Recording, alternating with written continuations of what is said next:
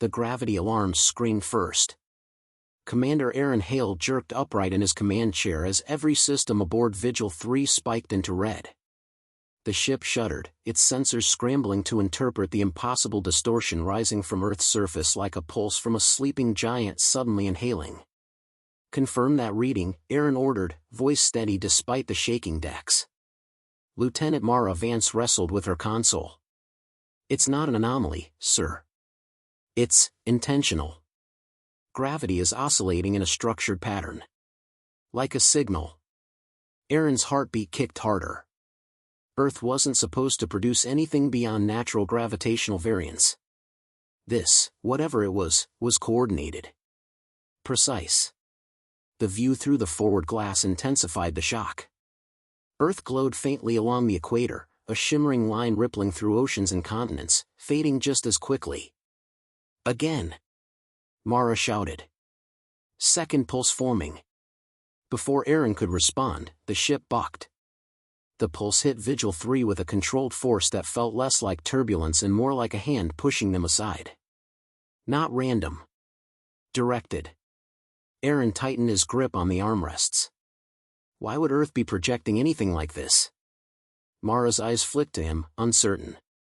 Planetary harmonics? But Earth isn't alive. Arin didn't answer.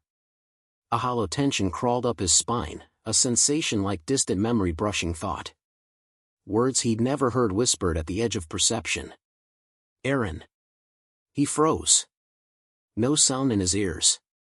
No voice in the cabin. The whisper came from somewhere deeper, felt rather than heard. "Arin, they've hidden the truth." His pulse slammed. He blinked hard, clearing the haze. "Mara, reroute long-range sensors toward the origin point of the pulse. I want full spectrum reading." She hesitated. "You're pale. Everything okay?" "Just do it," he said softly. She complied, fingers moving with practiced precision. The data returned almost instantly. And the results made her exhale a single, stunned word. "Sir?" Arin leaned over her shoulder. The energy signature wasn't natural. It formed a repeating pattern, too ordered, too deliberate. It resembled coded data. He straightened slowly.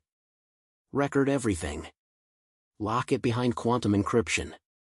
If this gets intercepted..." The ship jolted again, but this time the cause wasn't Earth. A fleet had appeared at the edge of the system. Dark metallic hulls, triangular and elegant, drifting with purpose. Ships humanity had never seen yet somehow feared immediately. Mara whispered, "Commander, we're being surrounded." Arin moved to the center display as a hologram flickered to life. Tall, silver-skinned, eyes like liquid mercury, an alien in ceremonial armor materialized with perfect clarity. "Humans," it said. "This is High Chancellor Vorex Illith of the Galactic Council. You have violated a containment boundary. Power down your vessel." Containment. The word stung like acid. Arin kept his posture straight. "This is Earth Vessel Vigil 3. You're trespassing in our system." Vorex tilted his head slightly, as if studying an unpredictable creature. "Your species is restricted from space. Withdraw immediately or be neutralized." Mara breathed sharply. "Restricted? By who?" "We've never." Arin lifted his hand to silence her. "On what authority do you claim dominion over our system?" "The same authority that preserved your stability for 8 centuries, Vorex replied. "Your development was monitored. Controlled. You were meant to remain isolated." Arin's jaw tightened. "You're admitting interference." "Intervention," Vorex corrected calmly. "Humanity is volatile. Unpredictable. Expansion was not permitted." The whisper returned, stronger. "He lies." "They all do." Arin gripped the console until his knuckles whitened. This wasn't just military contact, this was a confession of cosmic sabotage. "We're retrieving data from Earth's gravitational event," Arin said. "We're not shutting down." Vorex blinked, slow and deliberate. "Then you leave us no choice." The alien ships activated their boarding clamps. "Brace!" Arin shouted. Streams of light shot toward Vigil 3, but they never made contact. Space distorted around them. The Earth below brightened, releasing a third pulse, far stronger than the previous two. The gravitational wave curved through space like a shield swinging upward. It slammed into the alien fleet. Not with destructive force, but with precision. Engines flickered out. Weapon systems died mid-charge. Boarding clamps dissolved in bursts of static. Vorex's hologram flickered violently. For the first time, the alien's expression wavered. That was not predicted. Arin stepped forward. "You don't predict Earth. You don't control it." Vorex recovered his composure. "This changes nothing. We will contain your world." The projection vanished. Arin's breath finally released. Mara stared at him. "Earth protected us." Arin didn't deny it. He wasn't sure he could. He opened a secure channel to Earth. "Prepare for emergency return. I have data you need to see." The United Earth Assembly convened within hours. Hardened leaders and world scientists filled the chamber. Screens displayed the alien fleet, the pulses, and the gravitational patterns. Mara presented the findings. Arin watched the faces around the room shift from disbelief to horror. An older minister leaned forward. "You're saying humanity has been capped? Our science, our exploration, sabotaged?" "Yes," Arin said. "For 800 years. Maybe more." A wave of murmurs filled the hall. "And these pulses?" someone asked. "What does Earth want?" Arin hesitated before answering. "I think the planet is activating. Communicating. Warning us." Dr. Saito, Earth's foremost physicist, rubbed his forehead. "Planets don't communicate." Arin met his gaze. "Normally. But we've never seen anything like this." The room fell silent as the screen displayed the encoded pattern from the second pulse. It resembled language. Not alien, universal geometry, the kind found in neural activity. "Earth is thinking," Dr. Saito whispered. Arin didn't tell them about the whisper in his mind. Not yet. He needed to understand it first. Before the meeting could continue, the chamber lights dimmed. The floor vibrated gently. A hum resonated through the air, subtle, harmonic, impossible to ignore. The same whisper that had haunted him in orbit now brushed across every mind in the room. A collective gasp shook the assembly as hundreds of eyes widened simultaneously. Arin steadied himself. "Now you see," the whisper said, "not in words, but meaning." Mara looked to Arin. "It's speaking to all of us." He nodded slowly. "Earth is awake." Dr. Saito turned pale. "If the Council notice those pulses, they'll come." An urgent beep cut through the tension. Global warning systems activated. A deep red alert washed over the chamber. Arin didn't need the display to know what it meant. The Galactic Council fleet had reassembled at the system's edge. Earth had drawn its line. And humanity's chains had begun to crack. Arin straightened, eyes sharp. "Then we prepare. This time, they don't decide our future." Outside, Earth pulsed again, steady, calm, aware. As if reassuring its children. "You are not alone anymore." The Galactic Council chamber had never been silent, not in its entire history. Its vast amphitheater, ringed by floating platforms and shimmering data streams, usually buzzed with arguments, diplomacy, and political maneuvering. Today, not a single voice dared break the tension. A holographic projection of Earth dominated the center of the chamber, its surface rippling with faint azure energy. The gravitational pulses recorded earlier played in a continuous loop. Every representative watched the display with a mixture of unease and disbelief. High Chancellor Vorex Illith stood alone at the central podium. "Delegates," he began, his voice cold yet controlled, "the human world has breached containment protocol. Their planet has initiated an awakening sequence long thought extinct. If left unchecked, this phenomenon will destabilize the entire Hell ion belt. A reptilian delegate hissed softly. You said awakenings were myths. Vorax didn't flinch. Myth was preferable to panic. Another representative leaned forward, glowing tendrils pulsing with alarm. Earth disabled 3 assault vessels without launching a single weapon. That alone demands caution. We should observe before reacting. Vorax swept his silver gaze across the chamber. Observation breeds disaster.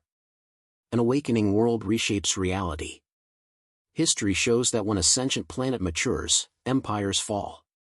A murmur spread through the council. And humanity, another delegate asked. What becomes of them? They must be contained.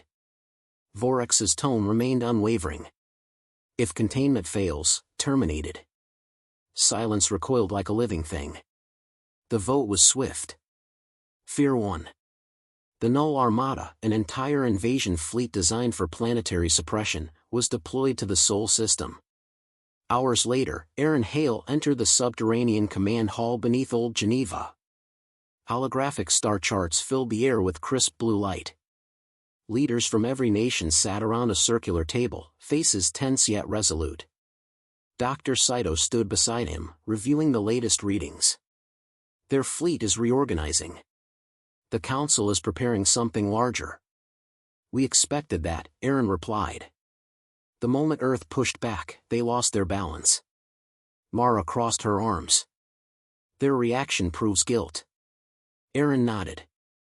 It also tells us how desperate they are to maintain control. President Rahim lifted a hand. Then we proceed with emergency unification protocol. Humanity stands as one. The statement, simple, direct, carried more weight than any treaty in history. Old rivalries fell quiet. The threat above united them faster than centuries of diplomacy ever had. Arin briefed the assembly. We've decoded fragments of the pulse sequence.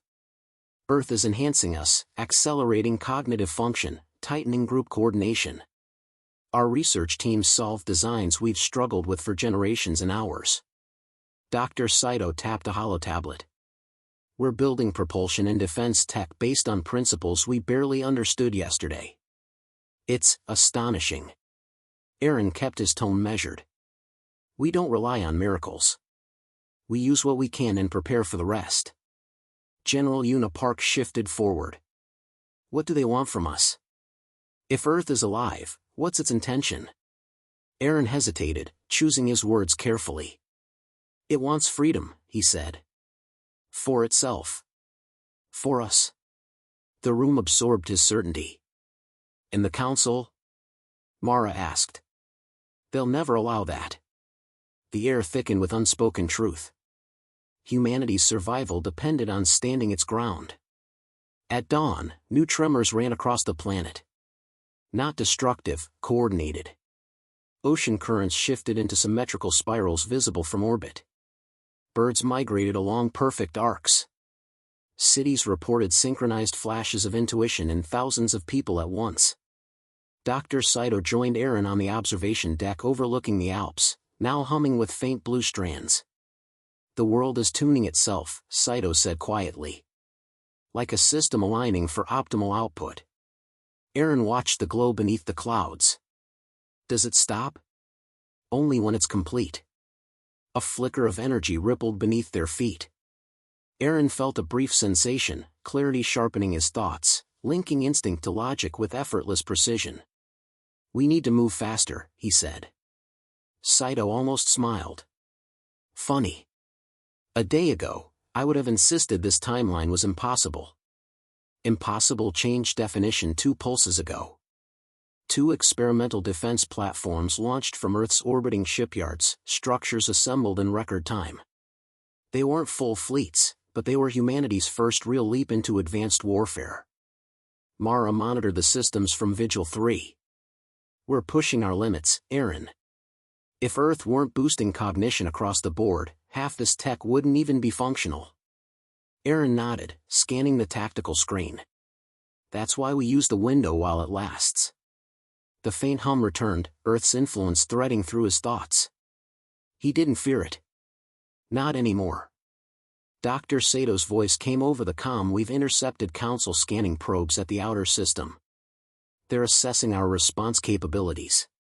Let them, Arin replied. They'll underestimate us again. The confrontation came sooner than expected. 2 Council scouts drifted into the inner system under cloak signatures. They deployed suppression drones, small, needle-shaped machines designed to cripple propulsion arrays. Arin didn't wait. Engage. Human fighters, sleek prototypes built using newfound knowledge, burst from the defense platform. Pilots coordinated with uncanny precision, each maneuver complementing another. It wasn't telepathy, but close and instinctive alignment. The drones moved in synchronized patterns. But human pilots anticipated every shift. Mark II on the left. Mara called. Pilot Z adjusted instantly, launching a compressed graviton charge that tore through the drone's interface. The second drone tried to retreat, but a mirrored tactic cut off its escape. Both Council probes dropped into silence. The fighters returned without a single scratch. Arin exhaled. Humanity's first space victory. Mara allowed herself a small grin. And we didn't even break formation. But Arin knew this was only the beginning. If small probes met such resistance, the Null Armada would arrive fully prepared. A vision shared. That night, the planet pulsed again. Every human felt it, subtle warmth behind the eyes, like light touching the mind. Arin's vision blurred. The room dissolved into brilliant blue. He stood in a vast, ancient landscape, not Earth, but familiar in shape. A world of crystal forests, luminous seas. A thriving civilization, towering structures built with harmony rather than conquest. A voice resonated through the vision.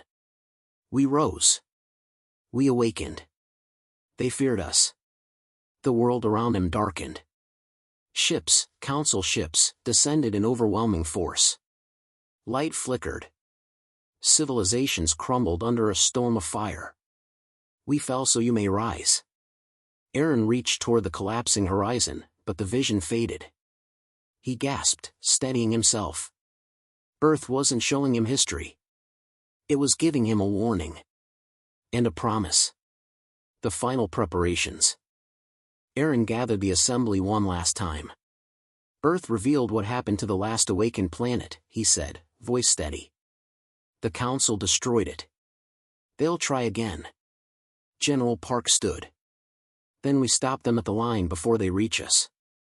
Arin nodded. The Null Armada is on approach. Within days, they'll enter firing range. President Rahim's expression hardened. Humanity stands.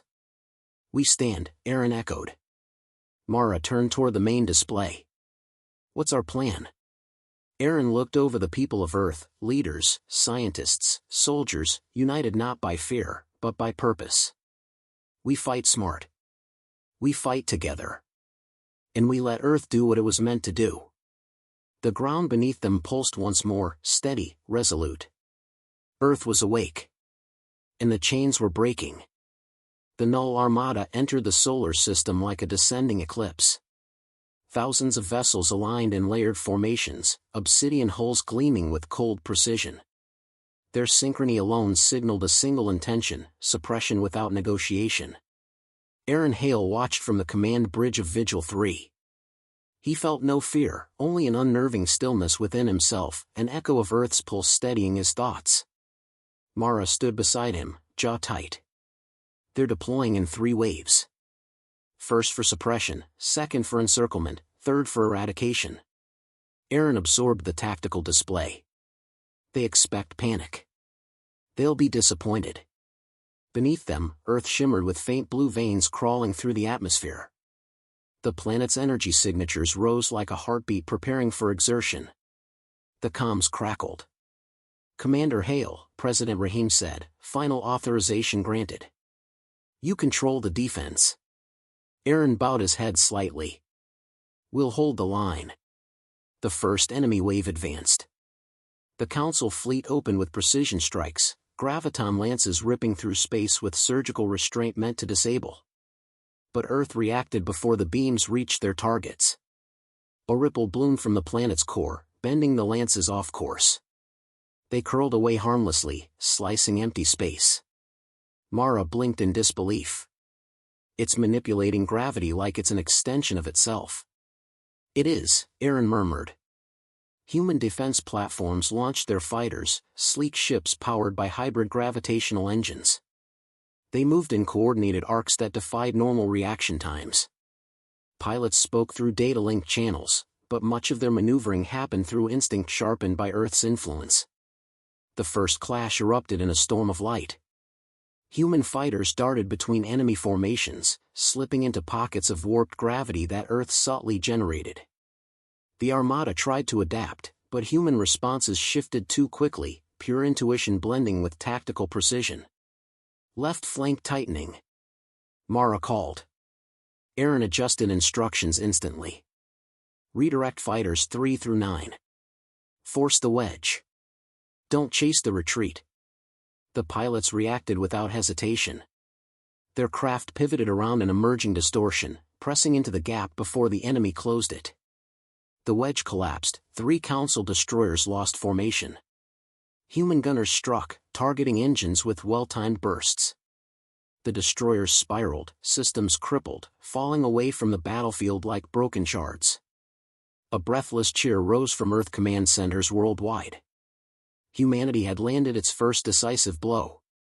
Space trembled as a massive vessel materialized from a cloaked field. The flagship, Obsidian Crown, eclipsed even the largest human constructs. Its presence altered the battlefield, drawing attention like a void swallowing light. Mara's voice dropped. Vorex is aboard that. Arin nodded. Bring us in. The Vigil 3 accelerated, slipping through gravitational vortices Earth created to ease their path. The flagship's shields flared as they approached. A transmission cut through the air, Vorex's voice, colder than starlight. Humanity, he said, you trespass upon cosmic boundaries you do not comprehend.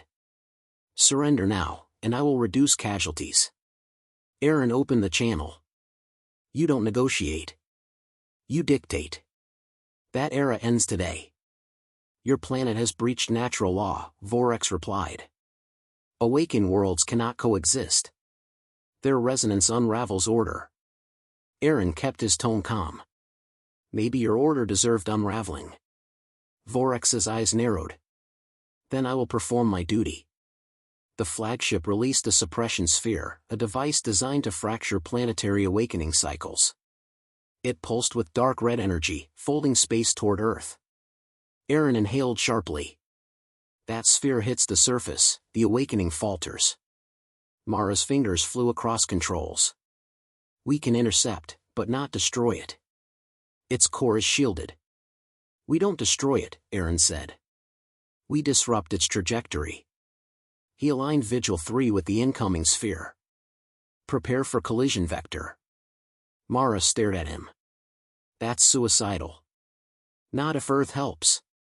He didn't explain, he simply trusted the instinct pulsing through him. Earth responded to his intent before he even issued the command. A wave surged upward, bending space like liquid glass. Vigil 3 slipped into the altered corridor, propelled without fuel, guided by gravitational rhythm. The suppression sphere loomed ahead, rotating violently. Impact in 4 seconds. Mara warned. Arin gripped the controls. Hold. 3. 2. 1. Earth's gravitational pull struck Vigil 3 from behind, a perfectly timed push. The ship skimmed the sphere's outer shell, nudging it with precisely calculated force. The sphere veered off course, spiraling away from Earth. It detonated harmlessly, its shockwave dispersing across empty space. Cheers erupted across human communication lines. But Arin didn't celebrate. The flagship still stood. Bring us in range of the boarding corridor, Arin said. Mara looked at him sharply. You're going over there? Yes. You won't survive that alone. I won't be alone. Earth's pulse echoed, subtle but reassuring. The boarding tunnel connected with a metallic shutter. Arin stepped into the dark corridor, gravity shifting around him as if testing the intruder. His suit hummed with energy from Earth's last pulse. Beyond the corridor, Vorex waited in an open chamber of obsidian metal. Storms of data formed around him in suspended holograms, flickering with enemy fleet statistics. "You are bold," Vorex said. "Predictably so." Arin approached with steady steps. "You controlled us for centuries. Now you face us." Vorex studied him. "Your planet merges consciousness with yours. That union destroys free will." Arin shook his head. "You mistake unity for loss. Earth isn't controlling us. It's amplifying who we already are." Vorex gestured toward the star map. "Awakened worlds destabilize space. Their resonance warps laws that govern reality. They consume themselves." Arin's jaw tightened. "You fear them because you can't control them." Vorex's calm expression finally cracked. "Control maintains order." "Your order," Arin said, "killed civilizations." Vorex raised his hand. The chamber darkened. Energy swirled around his arm. "Then humanity joins them." Before he released the attack, Earth intervened. A pulse, deep, resonant, shook the flagship. Gravity folded outward like expanding petals. Vorex staggered, eyes widening. What is this?" "It's interfacing with the ship." "No," Arin said quietly. "It's interfacing with you." Vorex looked horrified as gravitational pressure tightened around him. His armor compressed. Circuits shorted. His strength faltered. "You cannot override the Council." Arin stepped closer. "We're not overriding anything. We're ending it." Vorex collapsed as the flagship's systems failed. Light dimmed. Silence fell. The Council's command core died with its chancellor. Outside, the Armada halted mid-maneuver as a monumental pulse flooded the battlefield. Space itself rippled with luminous threads expanding from Earth's surface. Human sensors overloaded for a moment before stabilizing. Mara stared wide-eyed. "Arin, it completed the awakening." Across the solar system, enemy ships powered down, overwhelmed by cascading information flow, Earth's consciousness projecting across every frequency. Arin felt the shift within himself. His thoughts aligned with the planet's rhythm, not as control, but as companionship. Earth wasn't a master. It was a presence. A protector. A partner. The Armada, leaderless and destabilized, retreated in disarray. Humanity had held. Back on Earth, the United Assembly gathered beneath the rejuvenated sky. The atmosphere shimmered with faint celestial strands fading into daylight. President Rahim addressed Arin with quiet respect. "You stood where no human has ever stood." Arin shook his head. "We all stood. Earth stood with us." Mara approached, smirking. "You planning to argue with a planet now?" Arin chuckled. "Not today." Dr. Saito joined them. "What happens now?" Arin looked toward the horizon. The world pulsed gently, alive, settled, waiting. "Now," Arin said, "we step into the galaxy without chains."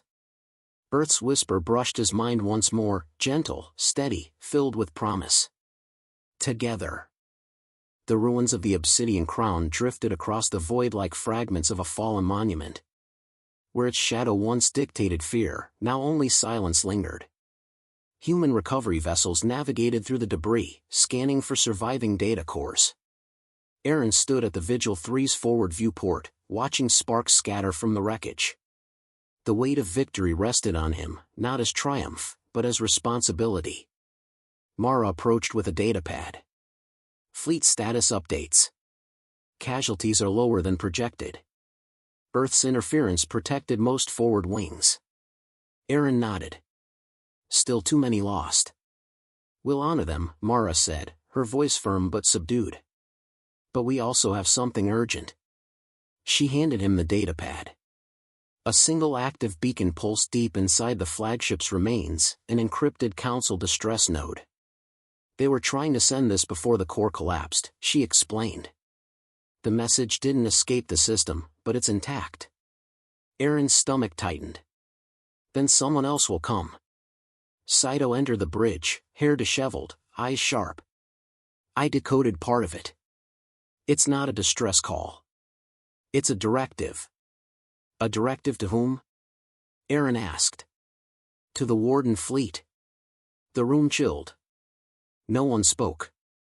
The Wardens were rumored even among the Council, a silent force that intervened only when standard enforcement failed. If they mobilized, humanity's victory would mark only the beginning of a greater war. Where's the origin point? Arin asked. Sector Varni's Delta, Saito replied. Beyond mapped Council territory. Arin exhaled slowly.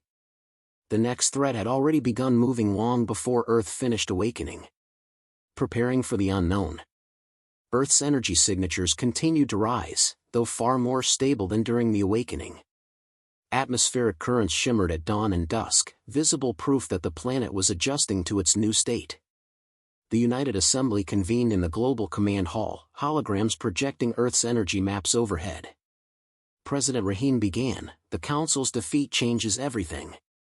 We stand free for the first time. But the danger hasn't passed. The signal to the Wardens must be addressed immediately. Arin spoke next. We can't wait for them to arrive. We need reconnaissance before they reach us. A general objected. We barely understand their capabilities. We can't risk a scouting team. Saito interjected. The longer we wait, the narrower our options become. The Wardens act decisively. If they reach our orbit without our preparation, Earth's awakening gives us strength, but not invulnerability. The debate shifted rapidly. Fear clashed with logic, but Arin saw a deeper concern in their arguments, uncertainty. Humanity had stepped into a role no one had prepared for. Rahim turned to Arin. Do you believe Earth is ready for another confrontation? Arin closed his eyes briefly. A faint warmth touched his thoughts, subtle, steady, grounding. Yes, he answered. But it expects us to act with it, not hide behind it. Saito added, we should send a delegation, not a fleet. If the Wardens anticipate aggression, they'll respond with overwhelming force. But if we meet them with knowledge, we may halt escalation. Rahim studied him. You're suggesting diplomacy with the most feared force in Council history. Yes, Saito said, because they function on protocol. If we understand that protocol, we can control the outcome. Arin turned to Mara. Prep a long-range vessel. Minimal crew. Covert systems active. We're heading to Varni's Delta. Mara smirked. I figured you'd say that. Ship's already being fitted. Departure. The Solace Runner, a slim reconnaissance craft enhanced with Earth-synchronized propulsion, drifted above the surface like a silver spear. Its hull bore faint blue currents, Earth's gravitational imprint etched into its design. Inside, the crew gathered, Arin, Mara, Saito, and a small tactical team. Saito sealed his harness. This ship can follow gravitational fluctuations across uncharted space. Earth aligned it with the signal's residue. Mara glanced at Arin. Any second thoughts? Only about what we're flying into, he replied. But not about going. As they launched, Earth released a gentle pulse. The ship accelerated smoothly, sliding through folds in space created by Earth's resonance. Stars elongated into streaks.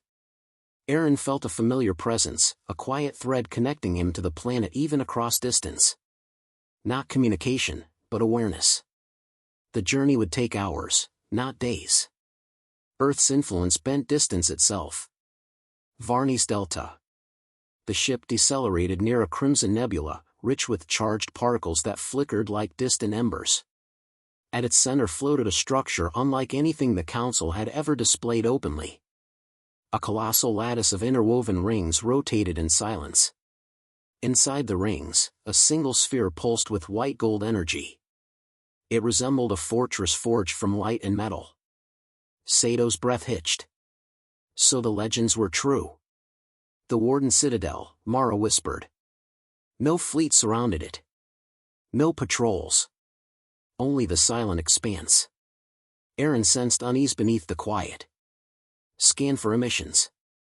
The data panel lit instantly. Saito stiffened. There's a Warden vessel in stasis behind the nebula. No, multiple vessels. Arin frowned. Why aren't they moving? Before Saito could respond, the ship's lights dimmed. A voice filled the cabin, calm, resonant, unmistakably artificial. Human vessel. State your purpose. Mara froze. They detected us the moment we arrived. Arin answered steadily, we intercepted a signal intended for the Warden fleet. We came to understand your intentions before conflict escalates. Silence. Then the voice returned. Your kind is not expected to use such reasoning. Approach. The Citadel's outer rings parted, revealing a corridor of shimmering energy. Mara whispered, that's either an invitation, or a trap. Arin stepped forward. Either way, we move. The Warden. Inside the Citadel, gravity shifted subtly, neither hostile nor comforting. The inner chamber was vast, illuminated by soft luminescent patterns flowing across metallic surfaces. At the center stood a figure. Tall. Armored. Motionless. A Warden. Its armor was smooth, pale silver with faint gold circuits pulsing like veins. The faceplate bore no features, just an angular mask reflecting the chamber's glow. The Warden spoke without moving. You are Arin Hale. The one who confronted Chancellor Vorex. Arin held his ground. We didn't come to fight. And yet you ended the Council's authority. The Council ended itself. We defended our world. The Warden tilted its head slightly. Earth's awakening is the anomaly. Not your defiance. Mara bristled. Then why summon reinforcements? You intended to destroy us. Destruction was one protocol. Observation was another. Saito stepped forward. You didn't activate the fleet. No, the Warden replied. Because the directive was incomplete. Your interception prevented context from transmitting. Arin realized what that meant. You don't know what happened. Correct. Thus, I summoned you here. The Warden's chest opened, revealing a crystalline data core. Share your memory. Arin hesitated.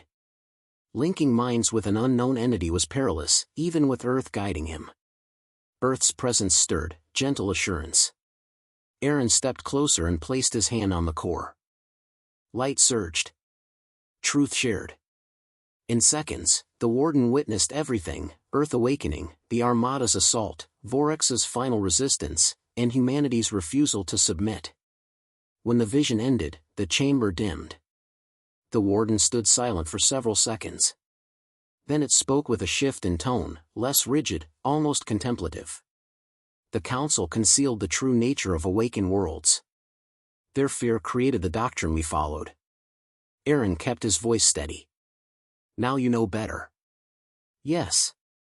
Your world did not destabilize its system. It formed harmony with you. Saito exhaled shakily. Then, will you stand down? The Warden inclined its head. We will not invade. But others may not share this conclusion. Awakened worlds attract attention. Arin expected fear. Instead, calm settled within him. We'll face what comes. With Earth. The Warden's armor brightened. Then humanity steps into a larger conflict than you understand. But perhaps, with potential beyond any species before you. Arin turned toward his team. Let's go home. The Solace Runner departed the Citadel without pursuit. As they crossed the nebula's edge, Earth's pulse reached them, warm, steady, welcoming. Mara leaned back in her seat. Think the Assembly will believe what we saw? Arin smiled faintly. They will when the Warden fleet stays exactly where it is. Saito added, this isn't the end. It's the beginning of something bigger. Arin gazed at the shifting stars. Yes, he murmured. A new chapter for humanity, and for Earth. And Earth answered with a soft echo across the void. Together.